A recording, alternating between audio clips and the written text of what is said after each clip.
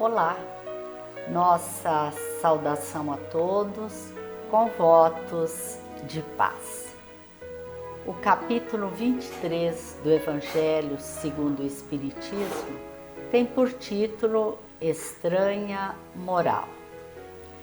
E nele vamos encontrar a fala de Jesus. Julgais que eu tenha vindo trazer a paz na terra?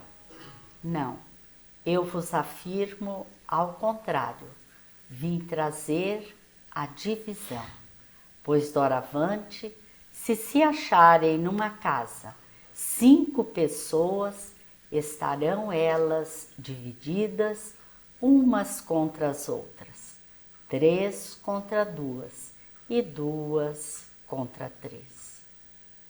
Como interpretar esta afirmativa tendo vinda daquele que representa a personificação do amor, Jesus?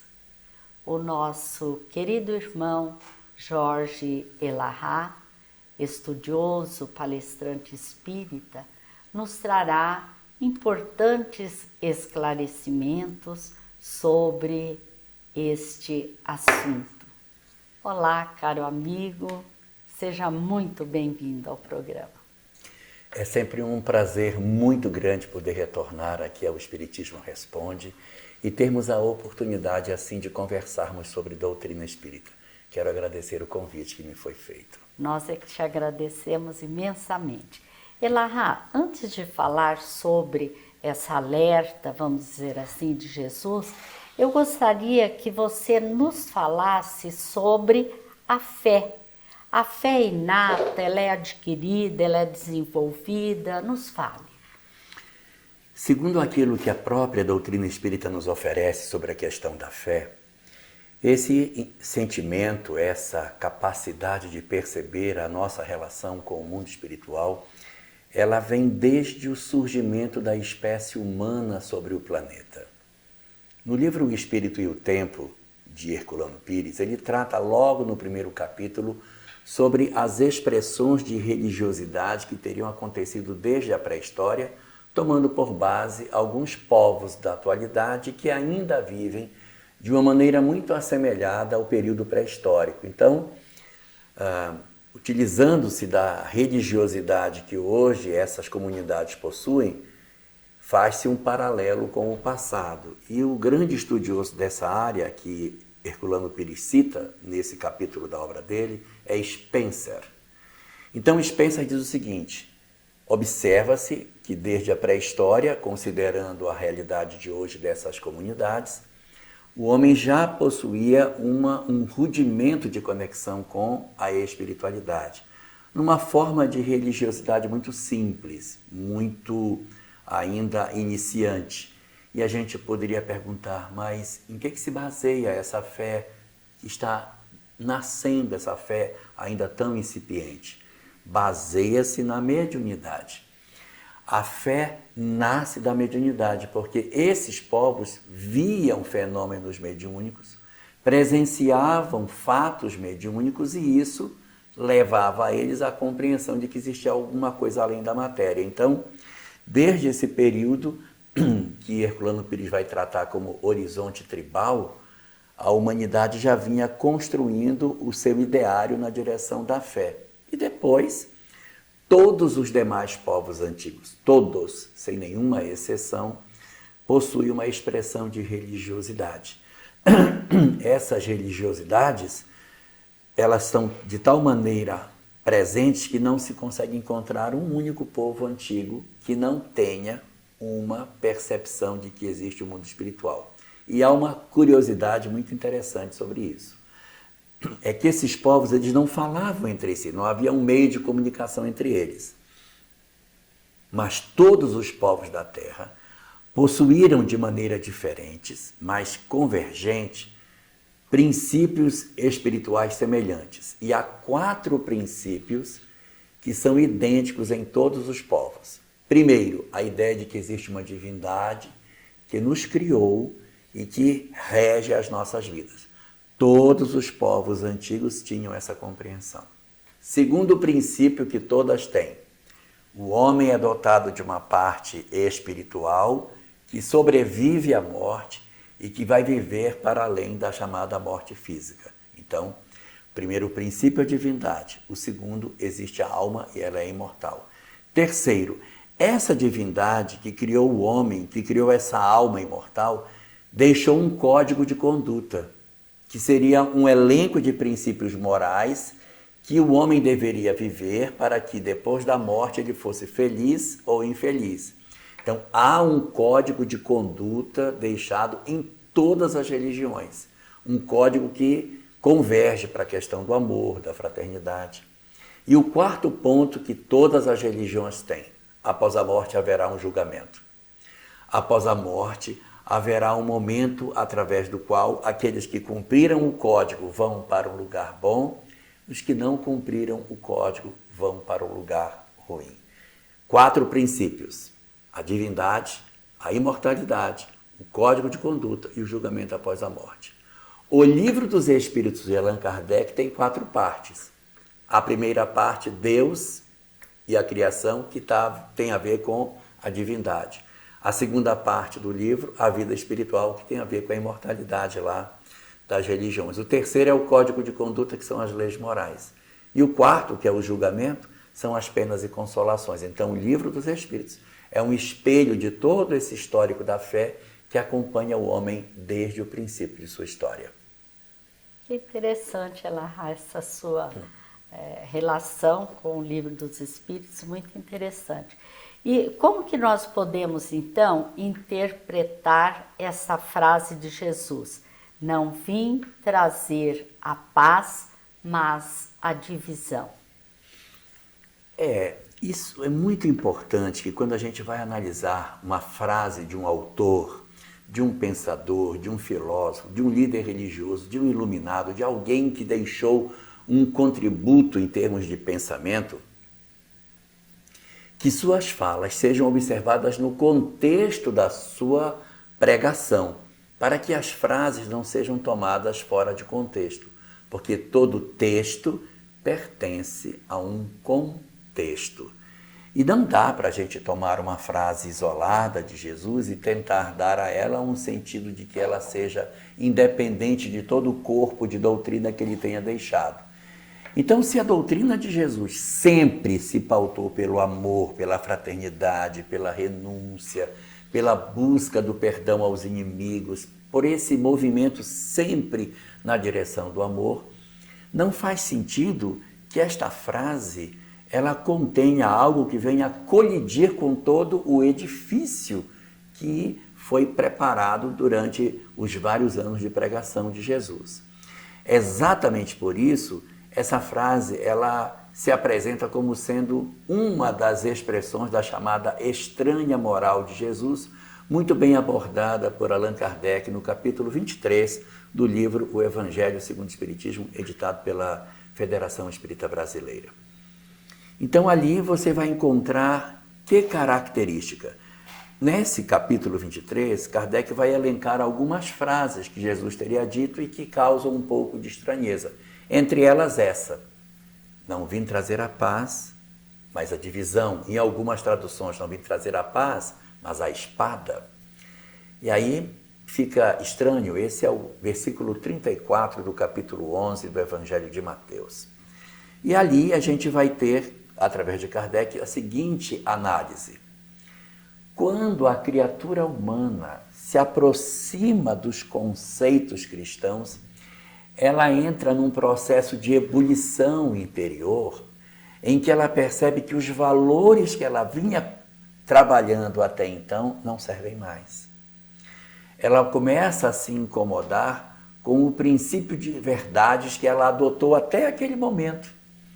Então nós achávamos que era correto se vingar, odiar, dar o troco, guardar mágoa, porque isso faria parte da característica essencial da nossa sociedade. Então, numa herança cultural, a humanidade tende a levar as discussões para esse lado. Se fulano fez, ele vai receber o troco, porque eu vou me vingar. Ao encontrar a mensagem de Jesus, eu sou chamado a uma mudança de postura. Qual é a minha mudança? Eu não posso mais odiar. Eu não posso mais tratar mal. Eu não posso mais querer me vingar. Eu não posso mais. E na medida em que eu não posso mais, eu começo a agir de maneira diferente do que eu agia antes. Só que eu pertenço a uma família. Eu pertenço a um grupo social. E como é que, de repente, dentro de uma família que não se converteu ao cristianismo, uma família que ainda continua com os padrões da época, e tenhamos que ter a lembrança de que isso foi dito dentro de uma comunidade judaica, que tem toda uma estrutura de pensamento muito ligada à lei de Talião, olho por olho, dente por dente, como que você vai se levantar dentro da sua família para dizer, eu não vou odiar, eu vou perdoar? De onde você tirou isso, meu filho? Não pode. Você tem que seguir a tradição que a nossa família tem. Os nossos princípios não são esses. Então a gente entra em rota de colisão exatamente porque o grupo familiar nem sempre vai nos acompanhar. Então, sentir-se desconfortável dentro de um grupo familiar que tem um conjunto de princípios, porque as nossas verdades espirituais já não são mais as mesmas, é até comum. Então, hoje, na atualidade, trazendo isso para a sociedade que nós temos hoje, na sociedade em que a gente vive, existe todo um apelo para o consumismo, para que a gente viva de uma maneira muito dissoluta, que nós sejamos muito mais imediatistas, que a gente não tenha tantas preocupações espirituais. E quando alguém dentro de um grupo familiar elege a espiritualidade como sua diretriz, como seu roteiro maior, nem sempre a família acolhe de bom grado e pode haver estranheza no grupo familiar. E aí gerar essas rusgas, ou seja, encontrar com a mensagem de Jesus é deixar a paz do mundo, porque seria a paz da pacificação dentro do lar, para encontrar o conflito que é, na verdade, o encontro com a paz verdadeira que está relacionada com o amor, com a fraternidade. E dentro desse propósito, não colidir com as pessoas de casa, não estabelecer um processo de violência e fazer com que o nosso ambiente familiar seja, de fato, um ambiente harmônico, mesmo a gente pensando de maneira diferente. Você se referiu a João, né, 14, 27, quando ele diz que Jesus reuniu os seus apóstolos e lhes disse, deixo-vos a paz, a minha paz vos dou, não vou lá dou como o mundo a dá, não se turbe nem se intimide vosso coração. Gostaria que você falasse sobre a paz de Jesus e a paz do mundo. Pois é, nessa frase anterior em que ele diz, eu não vim trazer a paz, mas a espada, ele está se referindo a essa paz do mundo, a paz que assim, eu fui lá, disse tudo que eu queria, foi bem, foi ótimo. Fiquei em paz comigo mesmo, porque eu gritei, disse tudo que eu queria, eu me vinguei, eu dei o troco, então estou em paz. Essa é a paz do mundo. A paz do Cristo é outra completamente diferente. É a paz de consciência de saber, eu não tenho inimigos, eu não me vinguei, eu não dei o troco. Então, para o mundo é muito mais confortável você viver de maneira que você se vinga. E a paz de Jesus é a paz definitiva da criatura humana.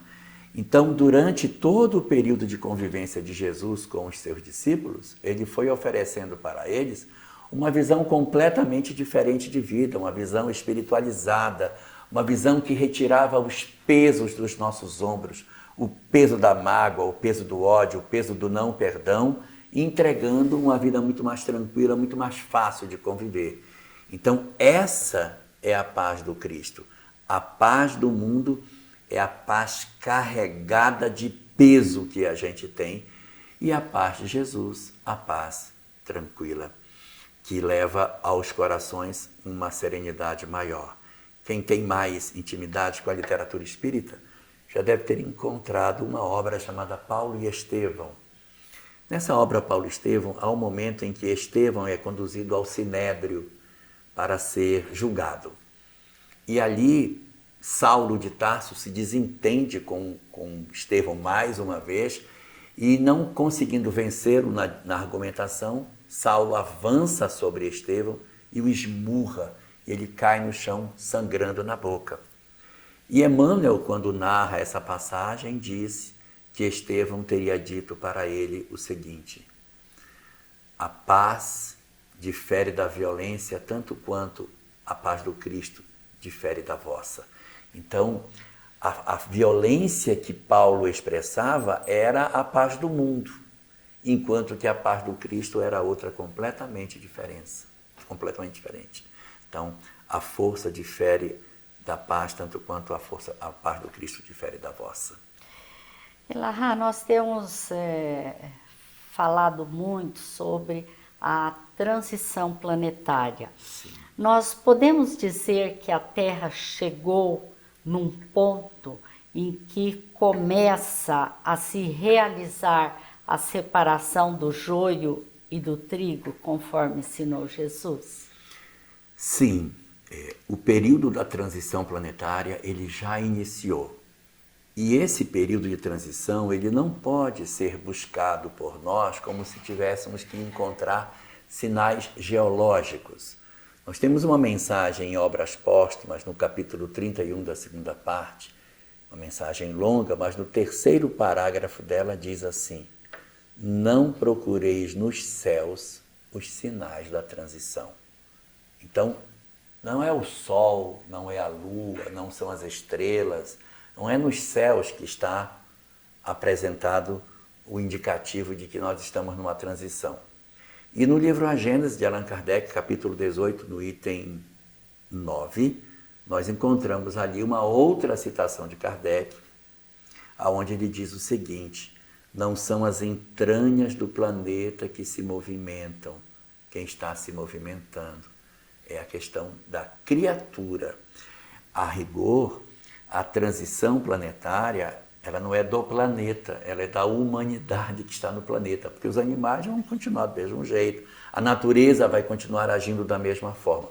Os homens é que experimentarão uma mudança. Então, o que indica que nós estamos numa transição? A ebulição ideológica no planeta. A gente percebe claramente a efervescência de ideias que são fundamentalmente contrárias. Indivíduos pensando de uma forma totalmente para um lado e outros pensando de uma forma totalmente contrária. Esse conflito de ideias tão marcante é o grande indicativo de que estamos numa transição.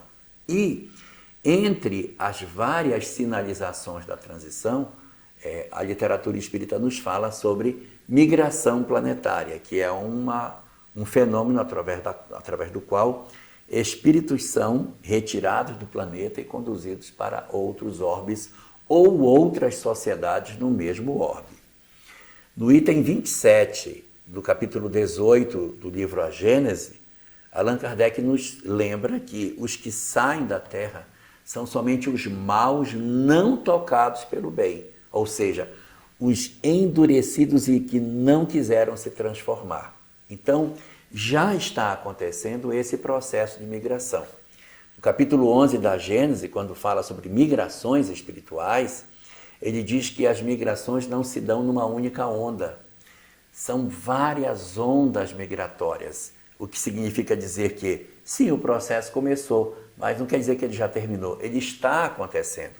Aqueles que são mais endurecidos e que realmente não demonstram possibilidade de mudança, esses já, certamente, foram conduzidos para outros lugares onde eles vão continuar o seu processo evolutivo, não como punição, como castigo, como degredo, mas como um fenômeno natural da evolução. Não está dando aqui, continua a evolução em outro lugar. Isso não é uma excepcionalidade.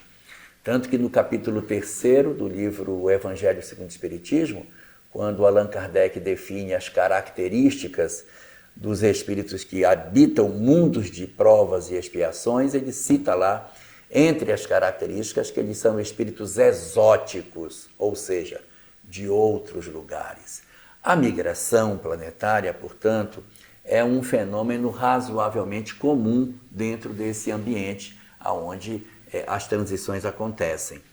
E existe um fenômeno dentro das migrações muito interessante, citado no item 29 do mesmo capítulo 18 da Gênesis, em que ele diz o seguinte: existem aqueles que são endurecidos e que demonstram que nesse momento não vão conseguir se transformar.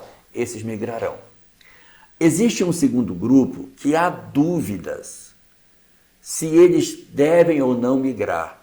Para esses que há dúvida, então, se eles migrassem, poderia ser injusto com eles. Mas se eles não migrassem, também poderia ser injusto. O que se faz?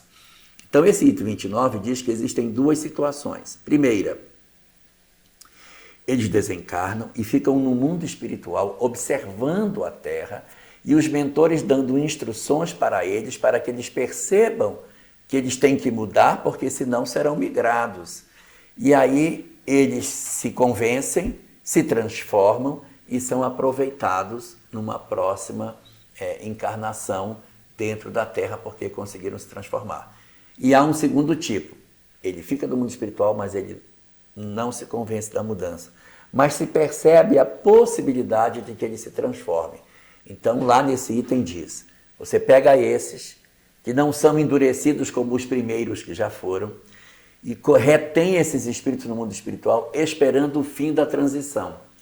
Quando a transição terminar, você pega esses espíritos e encarna na Terra transformada, para ver se eles se adaptam.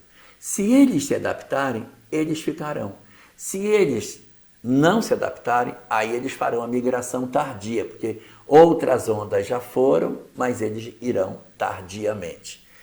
E mesmo aqueles que foram também podem retornar, isso também é uma possibilidade, se eles não se adaptarem lá nos mundos,